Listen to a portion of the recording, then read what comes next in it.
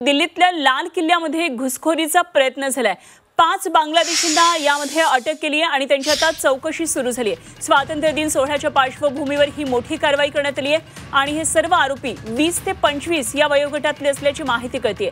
दिल्ली पोलिसांच्या विशेष पथकाने ही कारवाई केली आहे। सुरक्षेतल्या त्रुटी प्रकरणामध्ये 7 पोलीसही निलंबित झालेले आहेत। ते किल्ल्याची सुरक्षा व्यवस्था वाढवण्याचे आता आदेश देण्यात आलेत। स्वातंत्र्य दिनाच्या आधी दिल्लीच्या लाल किल्ल्यामध्ये घुसखोरीचा हा मोठा प्रकार समोर आलाय।